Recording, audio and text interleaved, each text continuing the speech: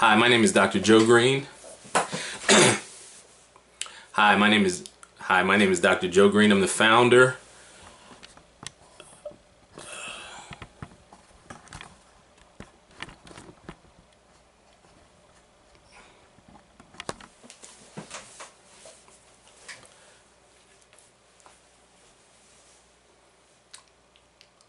Hi, my name is Dr. Joe Green. I'm the founder of the 2019 movement, and I want to share a couple of thoughts with you today.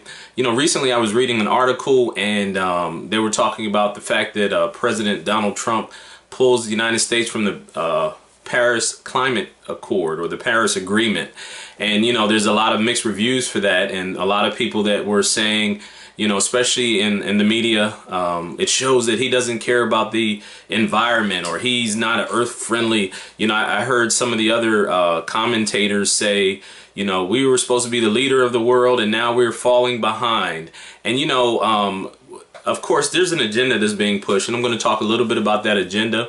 I'm also going to talk to you about how things like the Paris Agreement or the Paris Climate Accord kind of play into this agreement. So you guys, if you've been following the 2019 movement, you know what we've been talking about, what we've been kind of preaching, and the, you know, we're you know, you have to understand that the globalists or the global elite, they have what they're trying to form is a one world government, or the New World Order, as they talk about. Some people talk about the Illuminati and some of these secret organizations. Now, the Bible does talk in the book of Revelation in the last days when Jesus returns that there's a one world government, there's a one world political system, there's a one world economic system, and it's not a good system. It's a system that opposes God. It's a system that opposes Christ, because it's run by the Antichrist, those who oppose Christ. So whenever you see the globalist agenda, it's always separate from God. It leads us away from God, and it leads us towards man's humanity being the ruling authority, the sovereignty of man's humanity, as opposed to the sovereignty and the authority of Christ. And so whenever you see the core of these agendas that they're pushing, it always is an anti-Christ or anti-God agenda. And this is along those same lines. So when you think about, and let me let you know what the Paris Agreement is, or the Paris Climate Accord. It's an agreement within the United Nations Framework Convention on Climate Change, and it deals with the greenhouse gas emissions, mitigation, adaptation, and financing starting in the year 2020. The language of the agreement was negotiated by representatives of 196 parties at the 21st Conference of the Parties of the United Nations Framework Convention on Climate Change in Paris. That was adopted by consensus December the 12th, 2015. And you know, President Obama was the president during this time. But you have to understand that the agenda that started was in 1992 with Bill Clinton. He got us on the you know, the climate agenda of the United Nations. And so this was an extension of it, or this was kind of a confirmation of it. This was adopted December 12th, 2015, and as of June 2017, the 195 members of the United Nations Framework Convention on Climate Change have signed the agreement, and 148 have ratified it, but President Trump has taken us off of this. He did not sign us onto this agreement, and just let me let you know, that's a good thing. We shouldn't be a part of this, and I'm going to explain to you why. It's part of the agenda for population control and depopulation, and this is not something that I've thought of on my own. This is something that is well documented. So what you have here when we talk about the New World Order or the one world government that the Bible talks about that humanity is trying to form, which is an antichrist government. The Bible says in the book of Thessalonians, when they yell peace and safety, sudden destruction is upon them. And so what happens is, part of the agenda is they use faulty science, they use fear, and they use different things in order to get a consensus of the population that people will willingly give up their rights. Like, for instance, the Patriot Act. Now, the Patriot Act was implemented after 9/11, and if you think about it, after 9/11 attacks on the World Trade Center and the other attacks, people willingly gave up their rights. And so I remember traveling a month after 9/11, and I went on the plane, and they said, take off your shoes. People were getting strip searched, and no one complained. No one got upset because of the fact that it was sold under the guise of, we're giving you safety. We're going to keep you safe by implementing these type of things. So that is part of what they do. See, what the One World government does, it's order out of chaos. If you look on the back of your dollar bills, order out of chaos, which means they bring a problem, and then they offer the solution. So you have 9/11, which people can argue whether or not they believe it's, you know, it was an inside job or not. But in any event, because of the fear that was stirred up because of 9/11, people willingly gave up their rights. And so one of the strategies, the patterns that they show you, is they allow for a problem, or they create a problem, and then they offer you the solution. Also, you know, when we talk about the Hegelian dialectic, you hear me use that term a lot. The Hegelian dialectic, which is thesis, antithesis, and synthesis, which means they give both sides of the argument, and like Republican or Democrat, you believe it's two different, completely different parties, when in essence most of the big name players of these two parties are actually behind the scenes part of the same secret organizations. So they use both sides of the argument, and then they give you the solution, which is the synthesis. So that's what they do. They create the problem and they offer you the solution. If you look at Saul Alinsky's book, Rules for Radicals, the rules for radicals, they always give you two sides. So you have black versus white, you have rich versus poor, you have these type of things. They always are stirring up confusion between groups of people, and that's a way of them coming in and giving political power. So Saul Alinsky wrote in his book Rules for Radicals, and I have a copy of it.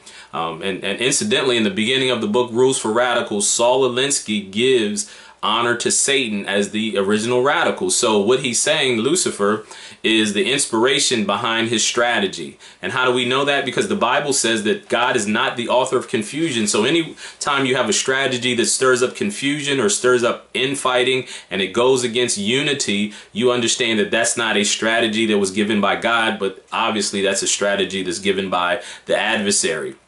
And so in all these different scenarios, what they do is they bring in confusion, they bring in fear, they bring in all these things, and then they offer you the solution to these things. So climate change is one of them. So they have this panic going of global warming. In 100 years, our temperature is going to raise 1 degree.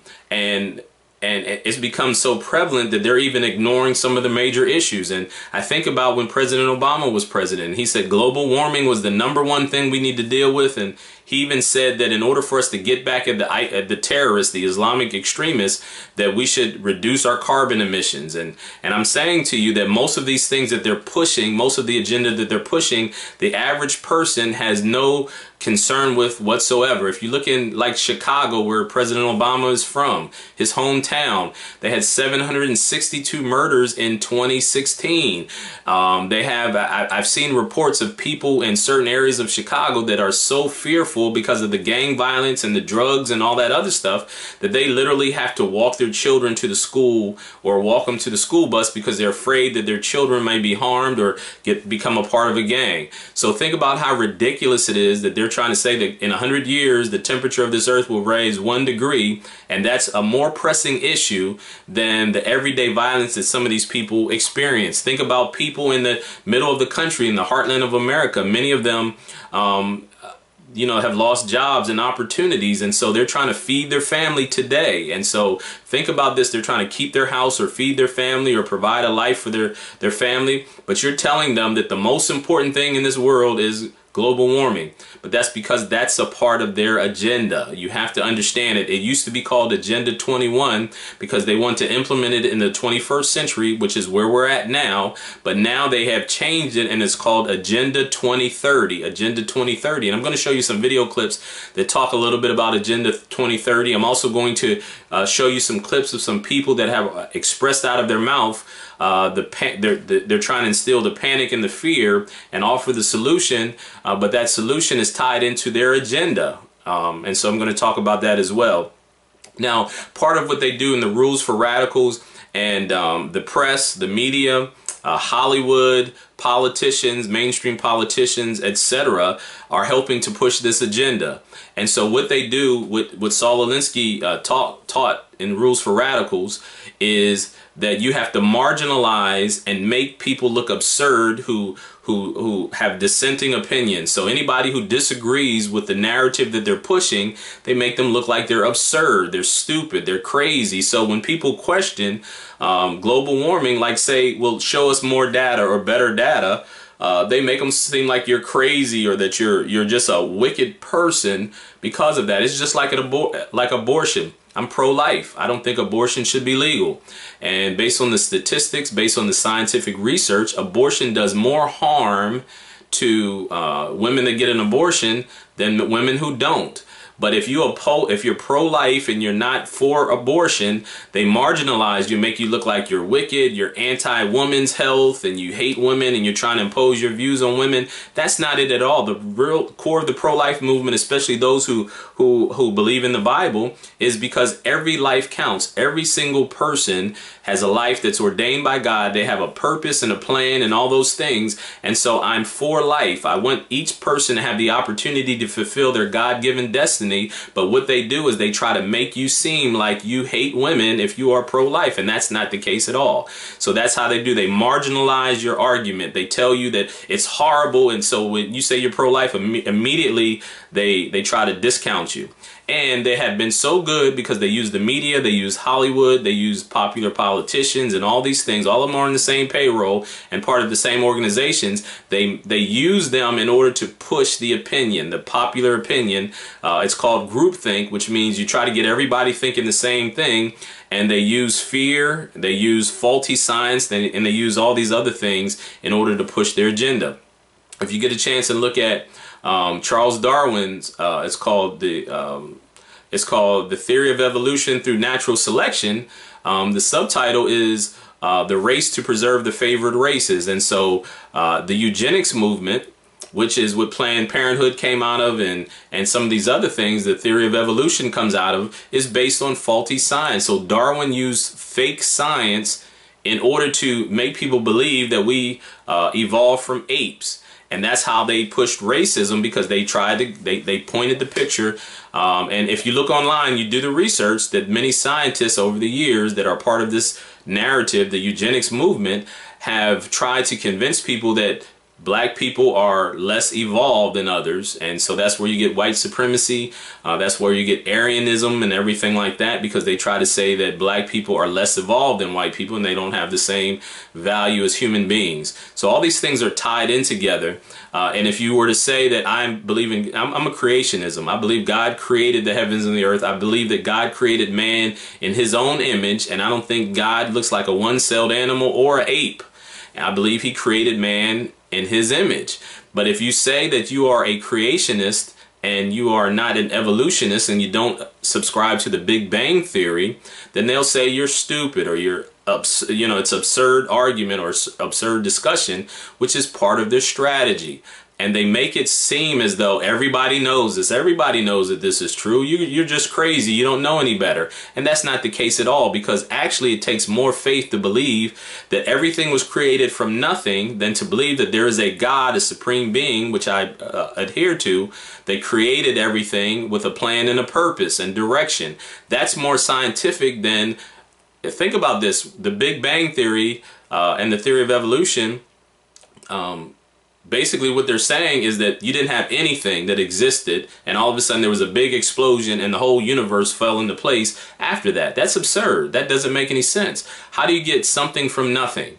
You'd never get that. How do you get order from chaos? So if you had all these atoms and particles just scattering around, how did they fall into order to create the universe? It doesn't make sense. It's not scientific, but they will make it seem like you're naive or you're Neanderthal. You're a Neanderthal. You're just stupid. You're an idiot if you don't believe what they do. That's part of their strategy. And the Bible tells us for us to understand the devices and the schemes of the enemy so that he does not gain the advantage over us. So I want you to understand that. I want you to be able to recognize some of these devices and schemes of the enemy.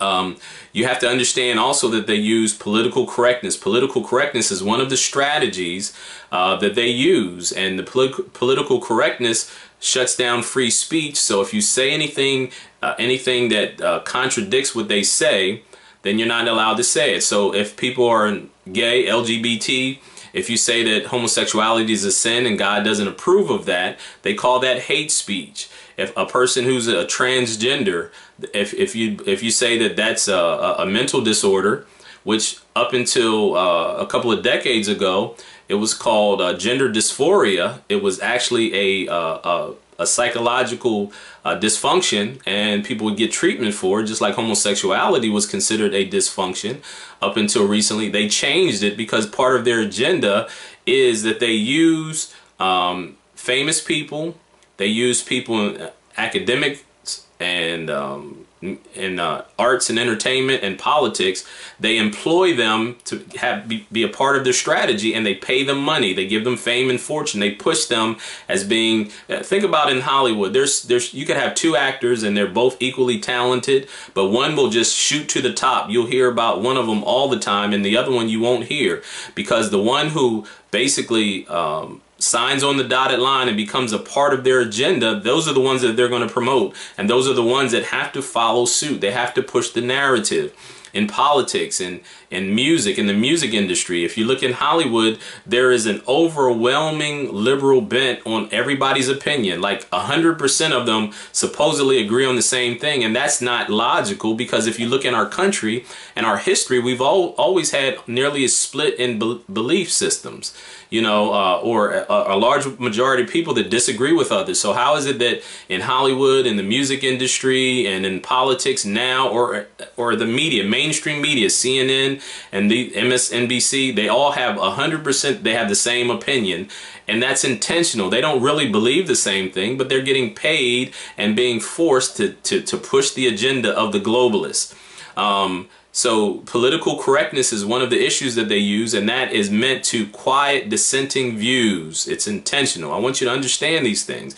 I want you to have discernment and have more, have a better mind. You know, this whole narrative that everybody 100% that Trump is a racist and this and that, we've drunk the Kool-Aid, especially as black people. And here's what I want you to understand is when you look at in the last 100 to 150 years, the globalist agenda for America, all the different aspects of it, and I'll mention them briefly, but now liberals and progressives are pushing every aspect of this globalist agenda, every single part of it, whether it's eugenics through birth control, whether it's the LGBT and the transgenderism movement, now with climate change and global warming and all those things. All these things are things that were expressed by the global elite as part of their agenda for population control and depopulation, because they believe, and this is, if you look in, there's a book called The Learned Elders of Zion, the Protocols of the Learned Elders of Zion. There is a book called The Committee of 300.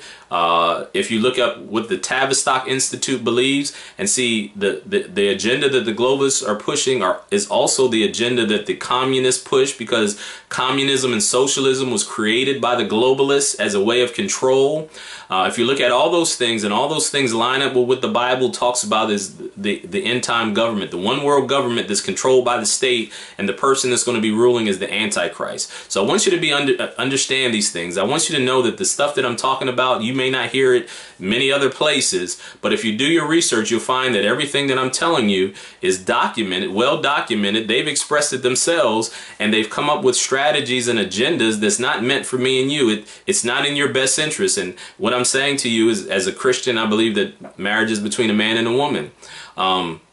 I do believe that some people have a, homosexual tendencies, or they have preferences of the same sex. And so what I want you to understand is that that's not God's will for you. But more importantly, that the political system and mass media and Hollywood that's pushing the LGBT agenda don't care anything about gay people. They're pushing the globalist agenda, this one world government agenda that's meant to depopulate and to control the masses. They express how they have said in their writings and in their languages, how they want to decay the morals of society in order to control the masses. They want to break down the nuclear family. They want to do all these things. These are things that they have written about. If you look at the Communist Manifesto, part of the Communist Manifesto comes up with ways to control the masses, and that's done through breaking down the family structure, degrading the morals of a society, and controlling certain aspects of the society, like the educational system, the political system, and arts and sciences. And they do that very well. And if you don't understand, if you're not aware of these things, you will fall victim to the devices and the schemes of the enemy. But I want you to understand that the liberals, they now call themselves progressives, and I'm not saying every liberal or every progressive is a part of this agenda. They may not know about it, but what I'm saying is every part of the agenda that's meant for population control or depopulation, every aspect of the agenda that's being pushed by the New World Order, the illuminated ones, the global elite, all of them now are being pushed by the progressives and the liberals. And especially as black people, the eugenics movement, all the different components of trying to decrease the population of black people, is the liberals and the progressives are pushing that. And they've written it about it. It's all documented. And they've been so good at socially engineering us and changing our opinions. They've been so good at that as black people as a whole, at an 80 to 90% clip, now passionately defend and fight for every part of the agenda that's meant to destroy you. It's ridiculous. It breaks my heart to see. And these are intelligent people. I have a lot of friends and family members that are very intelligent and well educated, but they have fallen victim to this social engineering as well. And they're being deceived and deluded, and they now still they fight for the very things that were meant for our destruction. And it's time for us to be enlightened. You know, there was an old philosophy I used to listen to. It's called the 5% doctrine, or, you know, the 5%ers, they call themselves. So they believe that 85% of the population is completely deaf, dumb, and blind. That they just cattle. They're sheeple, as they call them. Then you have out of the 15% that's left over, 10% of them know what's right, and they don't care, or they are part of they're being used for this agenda. And then you have 5%, they call them the poor righteous teachers, are the people that not only are illuminated and understand what's right, but those are the ones that are fighting for truth.